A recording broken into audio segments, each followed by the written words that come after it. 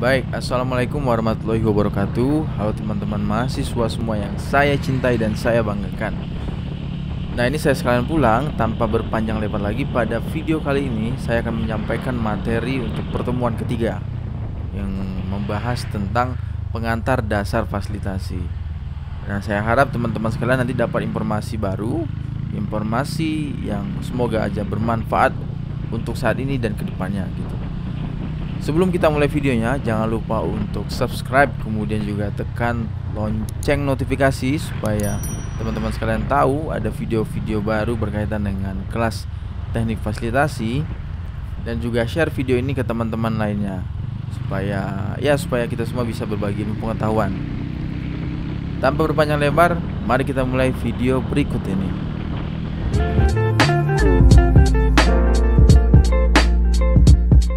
Baik, assalamualaikum warahmatullahi wabarakatuh. Halo teman-teman mahasiswa semuanya. Jadi pada kesempatan kali ini saya akan menyampaikan video berkaitan dengan pengantar dasar-dasar fasilitasi. Baik, langsung saja kita mulai videonya.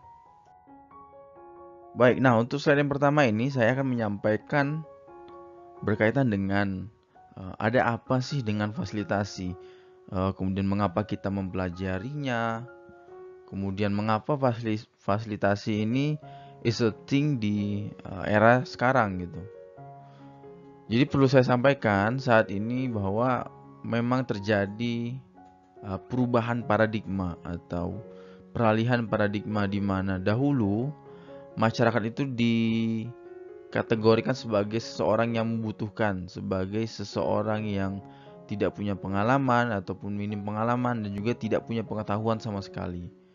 Nah, makanya dahulu dalam konsep pembangunan dikenal dengan istilah pembina atau penyuluh, di mana tugas dari seorang pembina ataupun penyuluh ini adalah untuk melakukan yang namanya transfer pengetahuan, melakukan yang namanya mengajari atau mendikte masyarakat untuk melakukan hal-hal tertentu. Nah, di sini masyarakat diposisikan sebagai orang yang menerima ajar ya, orang yang diajar atau sebagai objek gitu. Kemudian paradigma tersebut berkembang, lahirlah paradigma baru yang dimana masyarakat itu diposisikan sebagai subjek. Kemudian juga atau lebih dikenal juga dengan istilah pemberdayaan masyarakat. Masyarakat diposisikan atau dianggap sebagai seseorang yang dimana dia punya pengalaman, semasa hidupnya pasti dia melakukan yang proses akumulasi pengetahuan baru. Jadi kita tidak menganggap masyarakat sebagai gelas kosong. Jadi masyarakat adalah gelas yang sudah terisi, atau kemudian kita juga bisa mengistilahkan masyarakat sebagai mereka sosok atau seseorang yang punya kesadaran gitu. Nah, di sini paradigma pembangunan ini kemudian menggunakan istilah yang namanya fasilitasi. Fasilitasi dalam artian adalah kita tidak lagi mendikte, tidak lagi mengajari, ataupun tidak lagi mengarahkan masyarakat, tetapi sifatnya adalah kita kemudian memfasilitasi, kemudian dalam paradigma ini mendampingi masyarakat untuk kemudian saling bertukar pikiran ataupun mencari solusi dari permasalahan mereka sendiri, dan juga berbagai macam hal lainnya yang dimana masyarakat diposisikan sebagai subjek. Masyarakat diposisikan sebagai seseorang yang sebenarnya sudah merdeka dan punya hak ataupun punya ilmu, punya pengetahuan yang kemungkinan besar bisa diserap bagi anggota-anggota masyarakat lainnya. Jadi sistemnya adalah saling bertukar informasi untuk paradigma yang baru ini. Nah, kemudian juga dahulu itu kita mengenal dengan istilah yang namanya, ataupun masih sampai saat ini ya, ada yang namanya semangat pendidikan lama, itu pedagogi, yaitu pengajaran. Saya mengulang kembali bahwa memang dalam sudut pandang ini masyarakat diposisikan sebagai gelas kosong, di mana penyuluh ataupun pembina itu hadir untuk mentransfer ilmu pengetahuan ataupun kemudian mendidik masyarakat yang tidak tahu apa-apa kemudian diharapkan menjadi tahu gitu. Akan tetapi kemudian seiring perkembangan zaman bahwa terjadi perubahan atau pergeseran ataupun ada tawaran baru, ada tawaran pendekatan baru yang kemudian disebut dengan pendidikan atau pembelajaran orang dewasa, POD. Nah, ini sebelumnya kan sudah saya jelaskan pada, kalau tidak salah, materi pertemuan pertama. Jadi pada pendekatan pembelajaran orang dewasa atau andragogi ini, masyarakat intinya adalah untuk menumbuhkan karakter ataupun watak, kemudian juga mendewasakan, memandirikan dan juga memberdayakan masyarakat. Jadi kita posisikan masyarakat sebagai seseorang yang sebelumnya punya pengetahuan, dia punya pengalaman, akan tetapi belum berdaya atau belum merdeka sepenuhnya. Nah, dengan proses fasilitasi ini, harapannya adalah masyarakat menjadi berdaya, masyarakat menjadi punya kuasa atas dirinya sendiri, kemudian juga masyarakat menjadi mandiri, seperti itu. Dan alasan terakhir, yaitu alasan yang ketiga, yaitu ada pergantian era, di mana dulu eranya adalah kepemimpinan yang sifatnya kekuasaan, kewenangan, kemudian juga hierarki, top down dari atas ke bawah, kemudian juga sentralisasi, bersifat memerintah, kemudian memutuskan. Berbeda dengan paradigma pembangunan yang baru ini dalam proses fasilitasi, ya, dalam konteks fasilitasi, bahwa pemimpin itu seharusnya adalah orang yang punya sifat atau punya karakter sebagai seorang fasilitator. Dia mencoba menghimpun permasalahan dari berbagai pihak, kemudian juga mengambil solusi atas permasalahan tersebut dengan melibatkan masyarakat, dengan melibatkan mereka yang punya kepentingan di dalamnya gitu. Jadi masyarakat diposisikan sebagai subjek, berbeda dengan pemimpin-pemimpin zaman dulu atau era pemimpinan zaman dulu, di mana masyarakat itu diposisikan sebagai objek yang tidak menahu apa-apa. Kemudian lahirlah produk-produk dalam bentuk misalnya kebijakan ataupun peraturan-peraturan yang dimana masyarakat dalam proses pembuatannya tidak dilibatkan sama sekali. Nah, dalam kerangka berpikir fasilitasi, hal tersebut kemudian diputar balikkan dan kita memposisikan masyarakat sebagai seorang subjek untuk pembangunan itu sendiri. Nah, sebelum kita membahas lebih jauh tentang fasilitasi, ya kita sedikit cross check lah bagaimana sebenarnya fasilitasi ini lahir, istilah fasilitasi. Jadi kata fasilitasi diambil dari bahasa Latin, itu facilis, dengan arti untuk mempermudah. Ini ditulis dalam sebuah buku, saya lupa judul bukunya, yang dikarang oleh Carl Rogers tahun 1983. Intinya adalah fasilitasi itu menawarkan, sifatnya menawarkan atau menyediakan peluang pembelajaran. Ini dikemukakan oleh Trevor Bentley tahun 1994. Jadi pada dasarnya atau pada intinya, fasilitasi adalah memungkinkan atau menjadikan lebih mudah. Kemudian juga fasilitasi adalah mendorong masyarakat membantu dirinya dengan cara hadir bersama mereka, mendengarkan mereka, kemudian juga menanggapi kebutuhan mereka. Atau kemudian fasilitasi juga bisa diartikan sebagai mendukung individu, kelompok atau organisasi melalui proses-proses yang partisipasif. Kemudian terakhir yaitu fasilitasi adalah membantu dan menguatkan masyarakat agar dapat dan mampu mengembangkan dirinya sendiri untuk memenuhi kebutuhan sesuai dengan potensi yang dimiliki. Jadi dari beberapa definisi ini kita bisa ambil catatan penting bahwa memang pertama, fasilitasi itu intinya adalah memudahkan masyarakat. Memudahkan mereka dalam hal ya untuk mengambil keputusan. Untuk mengambil keputusan dalam hal apa? Dalam hal misalnya pemecahan masalah-masalah yang sedang mereka hadapi. Jangan sampai proses fasilitasi itu justru mengakibatkan masyarakat menjadi semakin bingung dengan permasalahan mereka, atau justru menyebabkan masyarakat menjadi semakin tidak aware dengan permasalahan yang mereka hadapi. Nah, itu perlu kita garis bawahi atau perlu menjadi catatan bersama selama proses fasilitasi dilakukan. Kemudian juga nilai yang perlu ditekankan dalam fasilitasi adalah kita sebagai seorang fasilitator hadir bersama mereka, kemudian juga mendengarkan mereka, kemudian menanggapi kebutuhan mereka. Dalam hal konteks mendengarkan mereka ini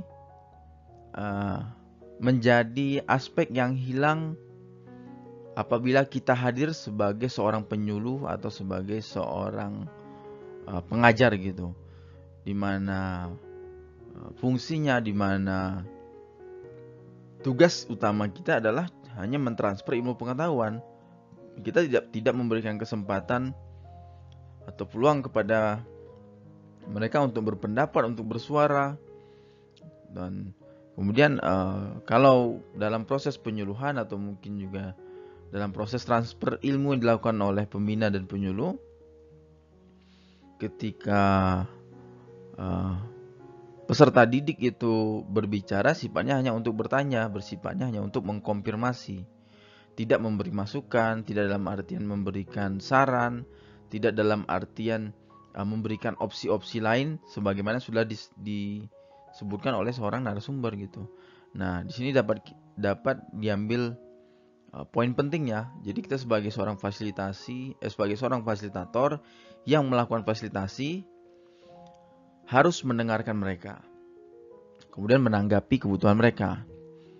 Selanjutnya adalah poin pentingnya, yaitu berbicara soal partisipasi. Nah, ini kan soal partisipasi sudah saya jelaskan sangat banyak dalam materi pertemuan kedua yang berbicara tentang pengantar pemberdayaan masyarakat. Nanti teman-teman bisa lihat linknya saya taruh di atas sebelah kiri, sebelah sini berarti. Nah, ini pada slide ini saya akan lebih jelas membahas spesifik tentang perbedaan antara fasilitasi dan juga penyuluhan atau ceramah. Jadi pada intinya adalah fasilitasi bertujuan, yaitu membantu agar proses diskusi dapat berlangsung lebih mudah, menciptakan suasana yang nyaman bagi peserta didik, sehingga semua orang saling membantu dan mau menyumbangkan pikiran. Di sebelah sana berbeda, yaitu penyuluhan atau ceramah itu bertujuan hanya untuk mentransfer ilmu pengetahuan. Intinya mengajari peserta didik,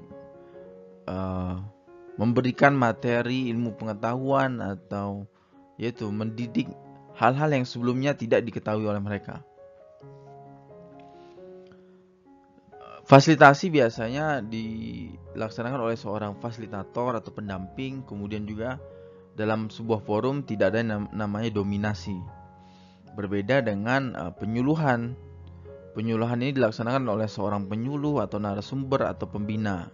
Dan di mana dalam proses pelaksanaan sebuah forum atau diskusi begitu, biasanya penyuluh ini atau narasumber ini menjadi key person, menjadi orang yang paling penting, yang dimana tanpa dia proses pelaksanaan forum menjadi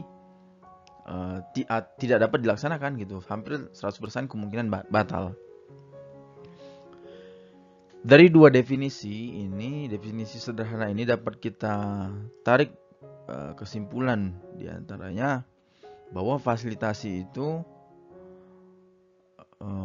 punya misi untuk menggait atau memantik lah supaya masyarakat itu mau berpendapat, mau bersuara.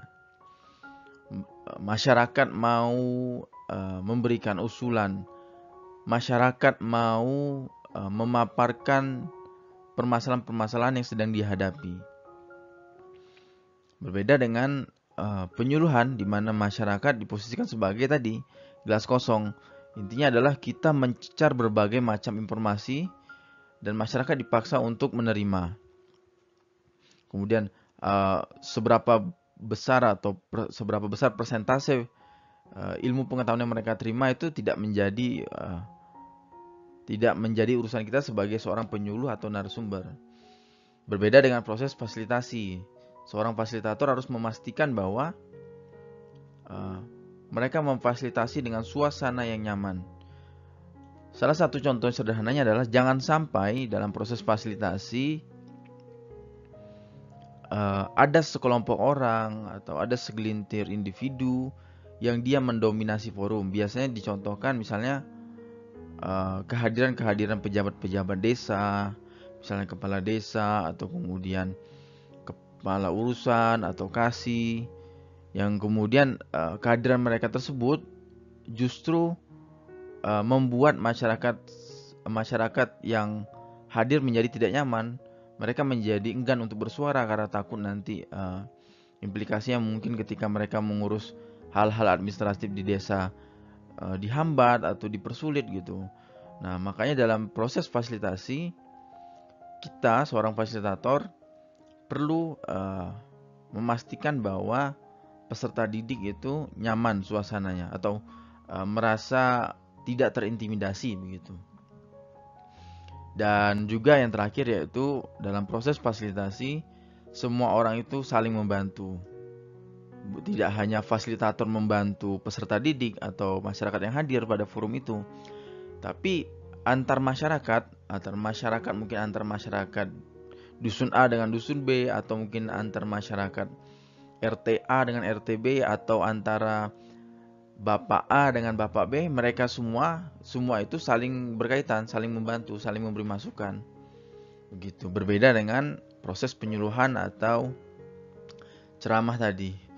Maaf, di sini ada typo, kesalahan dalam penulisan. Ini bukan ceraham tapi ceramah. Oke, nah ini kita lanjut ke pembahasan berikutnya tentang perbedaan antara mengajar dan membelajarkan. Jadi mengajar di sini punya hubungan erat dengan penyuluhan atau pembinaan tadi. Sedangkan membelajarkan ini punya hubungan erat dengan proses fasilitasi.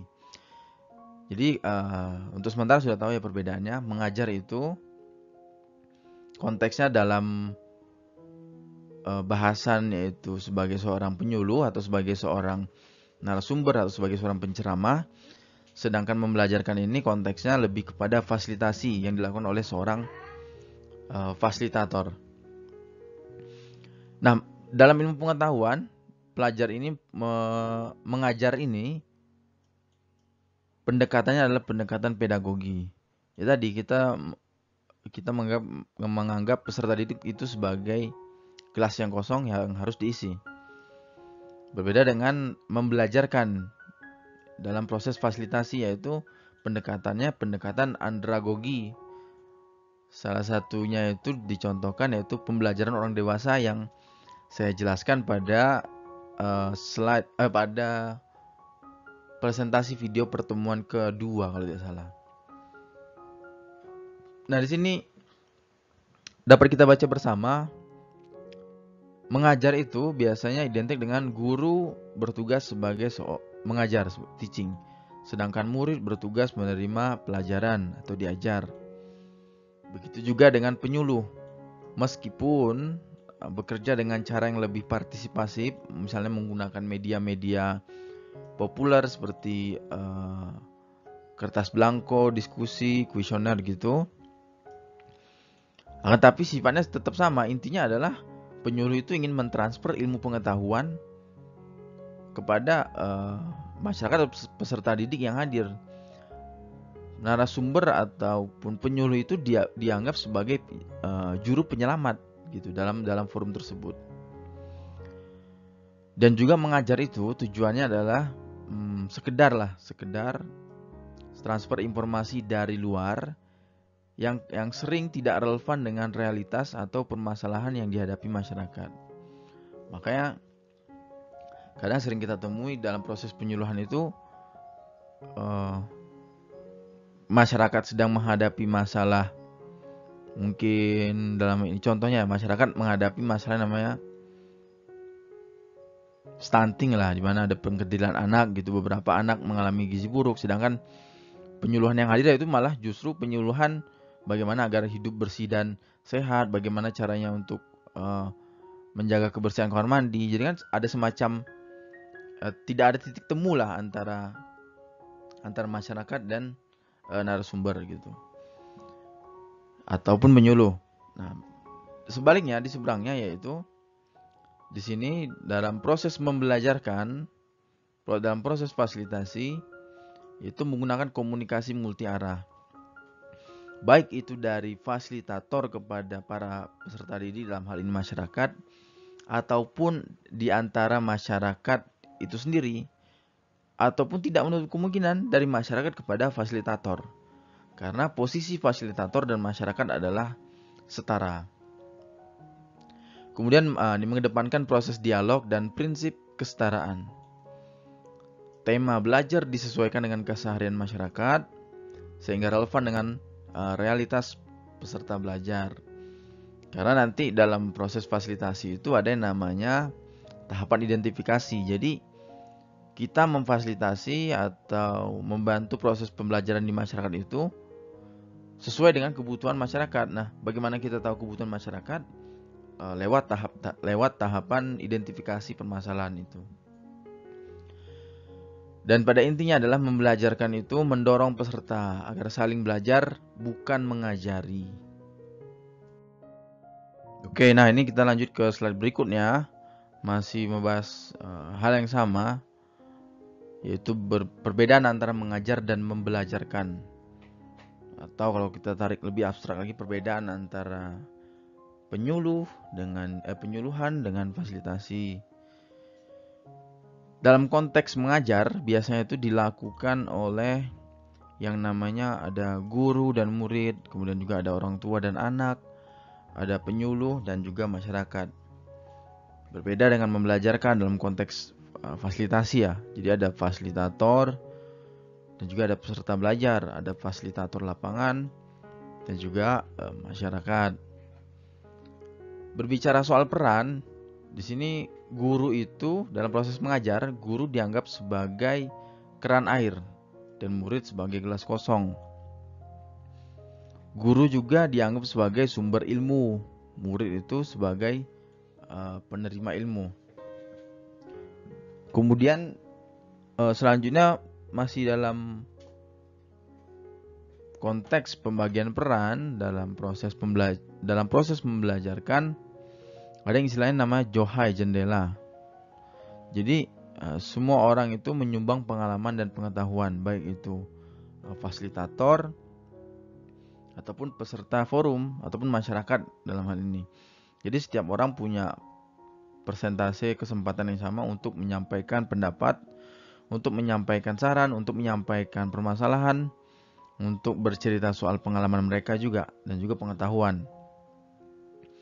Nah, sebisa mungkin fasilitator itu mengurangi peran, jangan sampai mendominasi forum, dan upayakan agar peserta dalam hal ini masyarakat punya peran dominan, punya peran berlebih, tapi tetap dalam kontrol seorang fasilitator. Nah, dalam perihal mengajar, berbicara soal pola hubungan, yaitu pola hubungan yang dibentuk adalah hierarkis, di mana top down, dari yang tinggi ke bawah, dari guru ke murid, yaitu mengajar dan juga diajar. Sedangkan dalam proses fasilitasi membelajarkan ini, maka pola hubungan yang dibentuk adalah kesetaraan, saling belajar. Bisa jadi fasilitator belajar dari masyarakat ataupun sebaliknya, ataupun bisa juga kemungkinan antar masyarakat itu sendiri yang saling belajar. Misalnya ada permasalahan di dusun A atau di desa A, ternyata permasalahan tersebut sudah pernah diselesaikan atau sudah punya upaya-upaya penyelesaian dan berhasil dilakukan di desa B. Nah, maka desa A bisa belajar melalui masyarakat desa B, begitu. Berbicara soal prinsip, nah kalau mengajar itu dia sifatnya searah. Sedangkan kalau membelajarkan sifatnya itu partisipatif dan juga dialogis. sesuai dengan prinsip utama atau nilai utama dalam proses pemberdayaan masyarakat, yaitu partisipasi dari masyarakat itu sendiri. Nah, partisipasi di sini punya dua definisi sebenarnya. Pertama, part itu bisa jadi bagian, artinya masyarakat turut serta menjadi bagian dalam proses pengambilan keputusan atau proses koordinasi begitu. Atau definisi kedua, partisipasi, yaitu kita mengambil kata depan part itu partner. Jadi masyarakat itu diposisikan sebagai mitra. Bisa itu mitra fasilitator, bisa juga itu mitra pemerintah desa, ataupun mitra dari lembaga-lembaga lainnya. Intinya adalah kesetaraan menjadi poin utama dalam proses pembelajaran. Kemudian berbicara soal konsep belajar, kalau mengajar itu dia punya istilah dan input, punya istilah proses, kemudian ada output. Jadi ilmu pengetahuan ditransfer, disampaikan, diserap oleh peserta didik atau peserta belajar, kemudian peserta belajar memberikan tanggapan dalam bentuk pertanyaan yang sifatnya hanya untuk mengkonfirmasi atau memperjelas hal-hal yang belum mereka ketahui, atau memperjelas hal-hal yang belum disampaikan oleh seorang penyuluh atau narasumber atau seorang guru. Nah, berbeda dengan pembelajaran atau membelajarkan. Kalau dalam konteks membelajarkan, konsep belajarnya yaitu aksi, refleksi, aksi. Jadi kita melakukan sesuatu hal, kemudian direfleksikan apakah kegiatan tersebut efektif, apakah program tersebut berjalan dengan lancar. Kemudian kalau tidak berjalan dengan lancar, permasalahan apa yang sebenarnya terjadi atau hambatan-hambatan seperti apa yang sebenarnya menjadi kendala pelaksanaannya. Kemudian hasil refleksi tersebut dilakukan pembaruan, dilakukan proses perbaikan, dan kemudian dilakukan ulang, aksi ulang gitu. Dan ini semacam tahapan loop gitu. Jadi proses ini akan dilakukan secara terus-menerus sampai masyarakat menemukan solusi yang paling tepat bagi mereka gitu. Kemudian berbicara soal metode, kalau mengajar sudah jelas pedagogi, metode mengajar, sedangkan membelajarkan itu andragogi, pembelajaran atau pendidikan orang dewasa, seperti yang saya sampaikan sebelumnya dan juga saya sampaikan di materi video pertemuan kedua. Nah, berbicara soal bagaimana komunikasi antara orang yang satu dan orang yang lainnya, kalau dalam konteks mengajar biasanya searah. Jadi guru kepada murid, orang tua kepada anak gitu, memberikan ilmu pengetahuan, memberikan masukan. Sedangkan dalam proses membelajarkan biasanya multi arah. Jadi fasilitator dalam hal ini ya, dalam hal konteks atau fasilitasi, fasilitator tidak selamanya menjadi key person, menjadi kunci utama, tapi bisa jadi masyarakat justru memberikan pendapat atau menceritakan pengalaman-pengalaman yang sebelumnya belum pernah dialami oleh fasilitator atau belum pernah dilaksanakan atau belum pernah ditemui fasilitator di lapangan begitu. Nah, terakhir yaitu soal jalur pendidikan. Kalau mengajar itu jelas pendidikan formal, biasanya ditempuh di sekolah ataupun di informal keluarga. Sedangkan untuk membelajarkan itu biasanya dilakukan lewat pendidikan non formal atau pendidikan alternatif. Nah, itu untuk slide perbedaan antara mengajar dan juga membelajarkan dalam konteks penyuluhan dan juga fasilitasi. Oke, nah kesimpulan sementara yang bisa kita ambil adalah fasilitasi itu sebenarnya pada intinya tidak hanya terbatas pada pelaksanaan suatu forum atau pelatihan. Akan tetapi fasilitasi merupakan serangkaian. Ingat, serangkaian bisa jadi itu tindakan ataupun nilai-nilai, gagasan, program, bahkan perilaku keseharian yang mampu membawa masyarakat pada perubahan positif dan mandiri. Nah, setelah materi yang saya sampaikan tadi berkaitan dengan ada apa sebenarnya dengan fasilitasi, mengapa fasilitasi tersebut menjadi is a thing di saat ini. Kemudian juga perbedaan antara penyuluhan dan juga fasilitasi, kemudian poin-poin penting dalam pelaksanaan fasilitasi. Namun yang harus menjadi pengetahuan kawan-kawan mahasiswa sekalian, menjadi catatan kita bersama bahwa memang realitas di lapangan itu sendiri ada banyak term atau istilah atau penyebutan berkaitan dengan seseorang yang melakukan fasilitasi. Jadi tidak hanya diistilahkan sebagai fasilitator, tapi ada banyak sekali nama-nama yang mungkin tiap daerah itu punya penyebutan sendiri. Kadang program pemerintah itu punya penyebutan atau istilah sendiri. Kadang dari NGO atau lembaga non-profit atau lembaga non pemerintah itu mereka punya penamaan sendiri berkaitan dengan orang yang melaksanakan fasilitasi.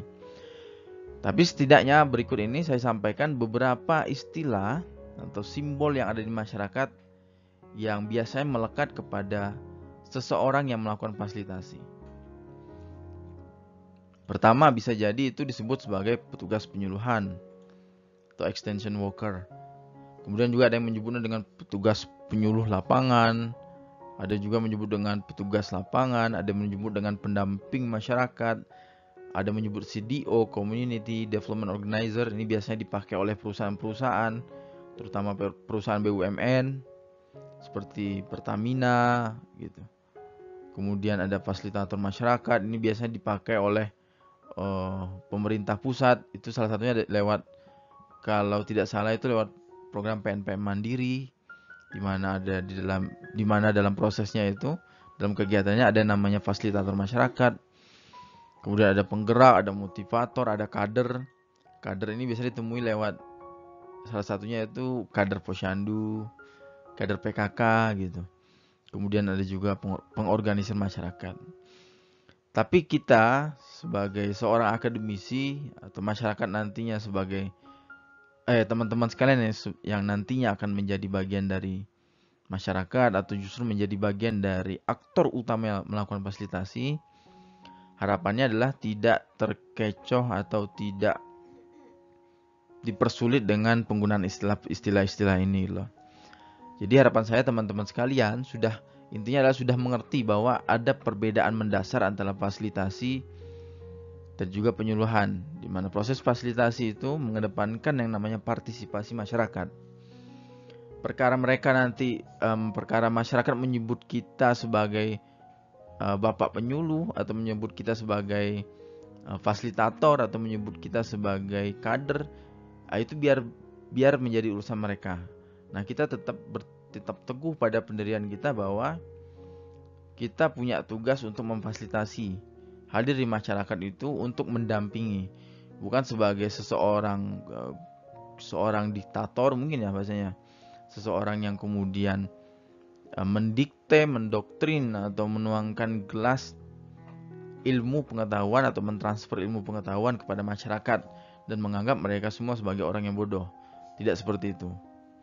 Jadi ini adalah hanya sebagai bekal bagi teman-teman mahasiswa sekalian, nanti di lapangan akan menemui yang namanya berbagai macam istilah-istilah ini. Nah, ini tahap terakhir atau slide terakhir maksud saya dari materi berkaitan dengan pengantar dasar-dasar fasilitasi. Intinya adalah tahapan fasilitasi itu biasanya dimulai dengan tahap identifikasi, di mana kita sebagai fasilitator mencoba mengidentifikasi permasalahan apa yang ada di masyarakat. Bisa itu dilakukan secara pribadi, secara individu, ataupun dibantu oleh masyarakat. Kemudian apabila sudah ditemukan permasalahan atau ditemukan kejanggalan-kejanggalan, tahap berikutnya yaitu tahap kedua, melakukan yang namanya penyebarluasan dan pendampingan, di mana kita mencoba meningkatkan awareness daripada masyarakat supaya mereka sadar bahwa ada permasalahan di tengah-tengah mereka. Kemudian ketika mereka sadar, kita melakukan proses pendampingan, bagaimana menemukan solusi, kemudian juga bagaimana mencoba untuk memprioritaskan permasalahan apa yang sebaiknya dicoba untuk ditemukan solusinya terlebih dahulu, dan berbagai macam hal lainnya. Selanjutnya, apabila sudah dilakukan proses pendampingan, maka tahap terakhir yaitu refleksi, di mana kita mencoba untuk mengkaji ulang atau memonitoring dan evaluasi dari solusi-solusi yang kita laksanakan atas permasalahan A, B, C, D, E tadi. Kira-kira ini solusi apa yang sudah tercapai, atau kemudian ketika ada kendala dalam pelaksanaannya, di breakdown, disampaikan kendala macam apa saja yang menghambat proses pelaksanaan program mungkin, atau pelaksanaan kegiatan. Kemudian dimulai lagi dari awal sampai tadi masyarakat menemukan formula atau rumusan yang paling tepat bagi mereka. Karena tiap masyarakat pasti punya permasalahan sendiri-sendiri, kemudian juga punya metode penyelesaian sendiri-sendiri. Dan ini akan terus berulang sampai masyarakat punya, mungkin bisa dibilang sesuai dengan selera mereka, atau mungkin sesuai dengan kapasitas mereka. Oke, baik teman-teman sekalian, cukup sampai di sini dulu untuk video kali ini berkaitan dengan pengantar dasar fasilitasi. Saya harap informasi yang saya sampaikan tadi jelas, sehingga teman-teman dapat mencerna informasi tersebut. Harapannya adalah, ataupun apabila ada materi-materi yang belum jelas, yang dimana dalam penyampaiannya mungkin saya terlalu cepat, nanti bisa teman-teman baca di RPS untuk referensi-referensi atau literatur-literatur yang bisa digunakan untuk memperkaya pengetahuan kawan-kawan sekalian. Nah, baik, cukup sekian dulu untuk video kali ini. Saya mengucapkan mohon maaf apabila ada kata yang salah. Tanpa berpanjang lebar lagi, wabillahi taufiq wal hidayah. Wassalamualaikum warahmatullahi wabarakatuh.